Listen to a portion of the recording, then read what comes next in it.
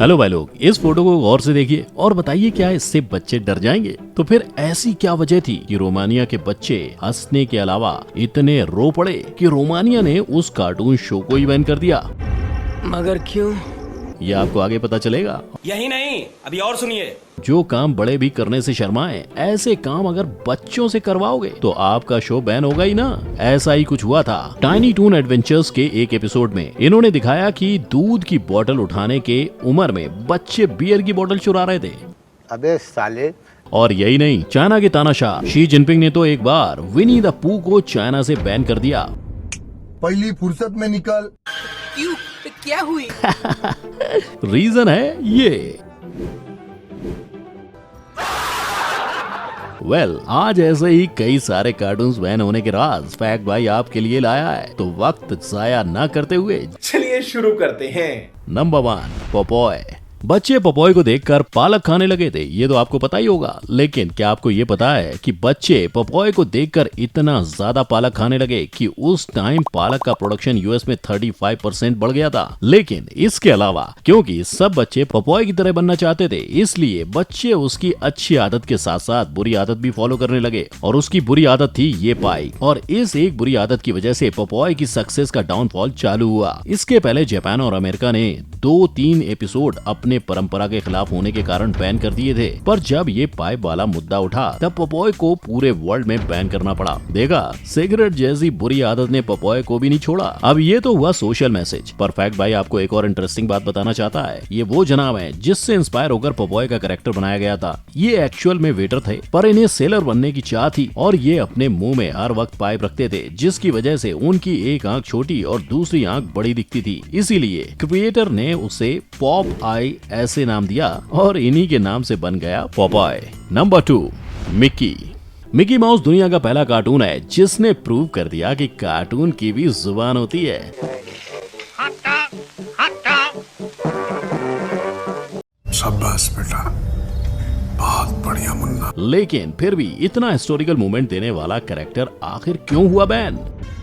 I don't know. इसका जवाब है उसका खुद का अपीयरेंस। नहीं समझे तो ये देखिए, स्क्रीन पर दिखाए गए बड़े ब्लैक एंड व्हाइट मिकी को देखकर बच्चे कुछ ज्यादा ही डरने लगे थे। इनफैक्ट इसका इफेक्ट इतना बड़ा कि कई बच्चे असली चूहे देखकर डरने लगे और कई बच्चे रात को सो भी नहीं पा रहे थे। इसलिए रोमानियन अथॉरिटीज ने इस कार्टून को अगली और अनअट्रैक्टिव कहकर मिकी माउस पर बैन लगा दिया। लेकिन जहाँ एक तरफ रोमानिया में मिकी माउस बैन हो रहा था, वहीं दूसरी तरफ मिकी के क्रिएटर ने एनिमेशन इंडस्ट्री में क्रांति लाकर ऑस्कर पा लिया, क्योंकि तब 5 उंगली का एनिमेशन करना ज्यादा टाइम टेकिंग और खर्चे वाला हुआ करता था। इसलिए क्रिएटर ने मिकी के 4 उंगलियां दिखाकर नया एक्सपेरिमेंट किया और वो एक्सपेरिमेंट इतना सक्सेसफुल हुआ कि आज बहुत सी कंपनीज वो टेक्निक फॉलो करती हैं। फैक्ट भाई आपको एक और इंटरेस्टिंग बात बताना चाहेगा। आप सबने देखा होगा कि मिकी भाई साहब हर वक्त अपनी माशूका मिनी के साथ गुफ्तगू करते हुए दिखाई देते हैं, पर असल जिंदगी में इनको वॉइस देने वाले डबिंग आर्टिस्ट ने वाकई में एक दूसरे से शादी कर ली है। Number 3, the loud house. इस शो के एक एपिसोड को 2 कंट्री में बैन करते ही बाकी दुनिया में उस एपिसोड को 2.28 मिलियन व्यूज मिल गए। अब सोचिए कैसे। अगर शुरुआत से देखें तो ये शो हर बार चर्चा में रहा है। पहले इसके क्रिएटर ने एनिमेटेड शॉर्ट फिल्म बनाई जिससे लोगों ने इतना सर पे उठा लिया कि मेकर्स ने उस सीरीज को कार्टून शो में कन्वर्ट कर लिया। फिर कार्टून शो से मेकर्स ने छोटे बच्चों को भी अपनी तरफ आकर्षित किया। निकलोडियन पर यह शो इतना पॉपुलर हुआ कि इन्होंने टीआरपी के मामले में स्पॉन्जी बॉब को भी पीछे छोड़ दिया। पर अचानक से 2016 में केनिया ने इस शो को बैन कर दिया। बैन की खबर सुनते ही टर्की ने भी इस शो को बैन कर दिया। अब मोस्ट इम्पोर्टेंट बात थी कि आखिर ये हुआ क्यों? दरअसल इसकी वजह थी सेम सेक्स मैरिज। इन्होंने इस शो में 2 मेल कैरेक्टर्स की शादी करा दी, जिसे देखकर बच्चे कहने लगे इससे फिर इस episode 2 boys and a baby की इतनी चर्चा हो गई कि ये एपिसोड हाईएस्ट रेटिंग व्यूअर पर चला गया। Number 4, Scooby Doo. Scooby Doo एक ऐसा शो है जिसके बैन होने की वजह है उसका फेम। क्या बोला तूने?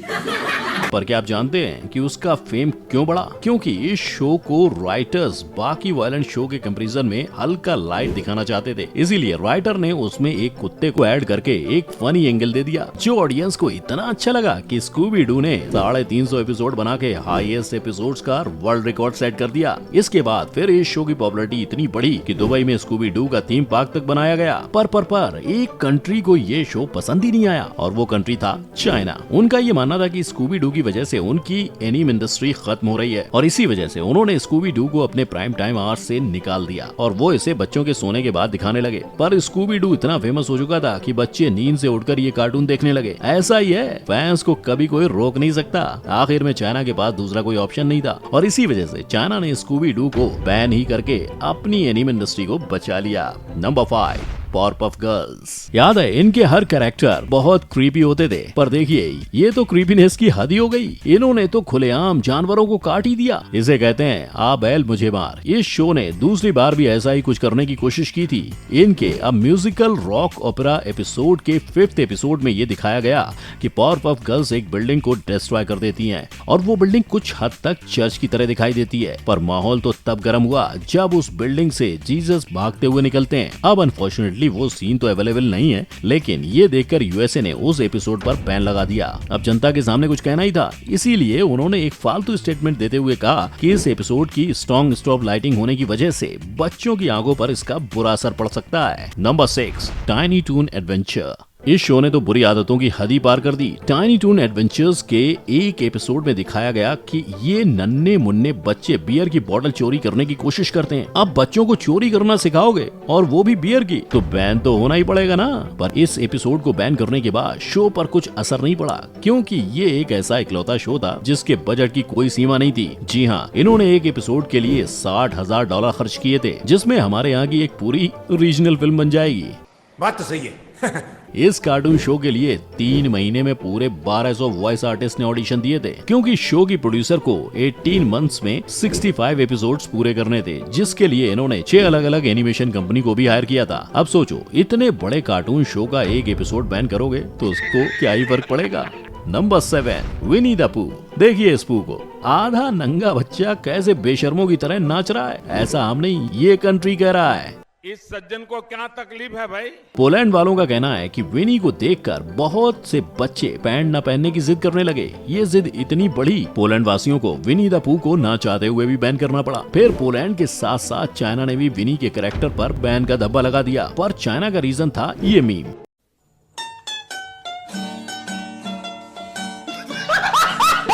विनी की तरह दिखने वाले ये शख्स हैं चाइना के प्रेसिडेंट शी जिनपिंग। ये मीम चाइना में इतना फेमस हो गया कि उसके बाद सब लोग प्रेसिडेंट का मजाक उड़ाने लगे। मीम की वजह से चाइना का माहौल इतना गर्म हुआ कि प्रेसिडेंट ने पू के साथ साथ उसकी आने वाली फिल्म पर भी बैन लगा दिया। इसीलिए आज के वक्त पू चाइना में सिर्फ मीम्स और टॉयज के रूप में ही देखने को मिलेगा। लेकिन फैक्ट भाई आपको विनी का एक और रूप दिखाना चाहेगा, और वो है ये ही है वो एक्चुअल विनी जिसे देखकर विनी का कैरेक्टर लिखा गया था। विनी के मरने के बाद इसका टॉय बनाकर न्यूयॉर्क में रखा गया, जिसे लोग आज भी उसके बर्थ सर्टिफिकेट के साथ देख सकते हैं। तो ये तो थे वो किस्से जिनकी वजह से ये सब कार्टून्स बैन हुए थे। लेकिन आप किस कार्टून को मिस करते हो, ये हमें कमेंट सेक्शन में जरूर बताइए। और भी बहुत सारे कार्टून्स हैं जिसे बैन कर दिया गया है, जैसे डोरेमोन में कई सारे एपिसोड्स बैन किए गए थे। लेकिन टेंशन ना ले, अगर वो बैन एपिसोड आपको देखने हैं तो हमारे आई बटन पर क्लिक करें और मुफ्त में वीडियो के मजे लें, और हमारे सब्सक्राइब वाले बटन पर क्लिक करें। मिलते हैं अगले वीडियो में, तब तक के लिए दुआ में याद रखिएगा। जय हिंद।